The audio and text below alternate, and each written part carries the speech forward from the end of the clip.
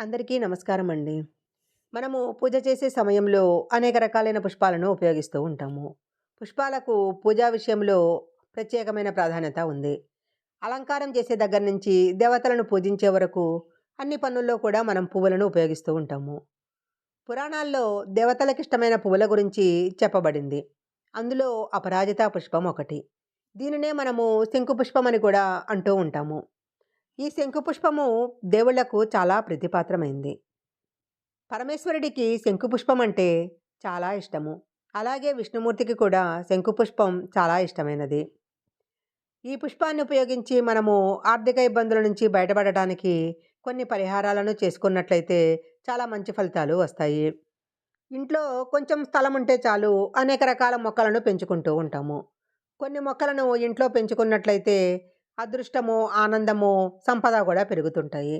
అలాగే కొన్ని మొక్కలను పెంచుకున్నట్లయితే మానసిక ప్రశాంతత లభిస్తుంది. అలాంటి పుష్పాలలో శంకు పుష్పం ఒకటి. శంకు పూలు ధనలక్ష్మికి కూడా చాలా ఇష్టమైన పూలు. ఈ మొక్కను నాటిన ఇంట్లో లక్ష్మీదేవి నివసిస్తూ ఉంటుంది. డబ్బు బాగా సంపాదించాలని మనం గనక ఏదైనా ప్రయత్నాలు చేస్తే తప్పకుండా ఫలిస్తాయి. శంకుపూల చెట్టును ఉత్తర దిశలో నాటాలి. ఇలా నాటినట్లయితే మంచి ఫలితాలు వస్తాయి. పడమర వైపు ఈ మొక్కను ఎప్పుడూ కూడా నాటకూడదు. మనము దేవాలయానికి వెళ్ళినప్పుడు తెల్లటి శంకు పుష్పాలను సమర్పించినట్లయితే దేవుడి యొక్క అనుగ్రహము తప్పకుండా లభిస్తుంది. ఇంట్లో సంతోషము, ఐశ్వర్యము కూడా పెరుగుతాయి.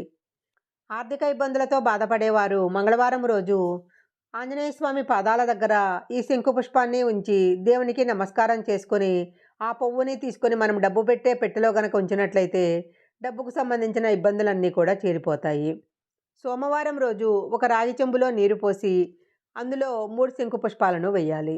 ఇలా చేయటం వల్ల ఆర్థికంగా బాగా కలిసొస్తుంది. 3 వారాల పాటు ఇలా గనక చేసినట్లయితే శివుని అనుగ్రహంతో మనం సంపన్నులం కావచ్చు. శివుని అనుగ్రహంతో సంపన్నులు కావచ్చు. అలాగే వ్యాపారంలో ఏవైనా నష్టాలొస్తూ ఉంటే శంకు పుష్పం యొక్క వేరుని తీసుకొని ఒక నీలిరంగు గుడ్డలో కట్టి వ్యాపారం చేసే దుకాణం ముందు వేలాడదీయాలి. ఇలా చేస్తే వ్యాపారంలో అభివృద్ధిని సాధించవచ్చు. శనివారం రోజు శనిదేవుడికి ఈ పుష్పాలను సమర్పించాలి. జాతకంలో శని యొక్క స్థానాన్ని బలపరుస్తుంది. ఉద్యోగంలో ఏదైనా సమస్య ఉన్నట్లయితే ఒక 6 శంకు పుష్పాలను 5 పటిక ముక్కలను తీసుకొని అమ్మవారికి సమర్పించాలి. ఇంటర్వ్యూకి వెళ్ళేటప్పుడు జేబులో ఒక చిన్న పటిక ముక్కను పెట్టుకొని వెళ్ళాలి. ఇలా చేసినట్లయితే అనుకున్న పనులన్నీ తొందరగా నెరవేరుతాయి. కొంతమంది డబ్బు బాగా సంపాదిస్తారు కానీ సంపాదించిన డబ్బంతా ఖర్చయిపోతూ ఉంటుంది. అలాంటి వారు సోమవారం రోజు 5 శంకు పుష్పాలను తీసుకొని దగ్గరలో ఉన్న నదిలో కలపాలి. ఇలా చేయటం వల్ల ఆర్థిక ఇబ్బందుల నుంచి బయటపడవచ్చు.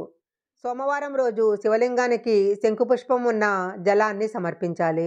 ఇలా చేసినట్లయితే శివానుగ్రహం కలుగుతుంది. ఆరోగ్యపరంగా కూడా ఈ మొక్కలో ఎన్నో ఔషధ గుణాలు ఉన్నాయి. ఈ మొక్క యొక్క ఆకులు, వేళ్ళు, విత్తనాలు, పువ్వులు అన్నీ కూడా ఆయుర్వేదంలో అనేక రకాల వ్యాధుల నివారణకు వాడతారు. బ్రెయిన్‌కి టానిక్‌లా పనిచేసి తెలివితేటలను పెంచుతుంది. శంకు పుష్పాలను ఒక కప్పు నీటిలో వేసి మరిగించి ఆ నీటిని రోజుకొకసారి తాగినట్లయితే అనేక రోగాల నుంచి విముక్తి లభిస్తుంది.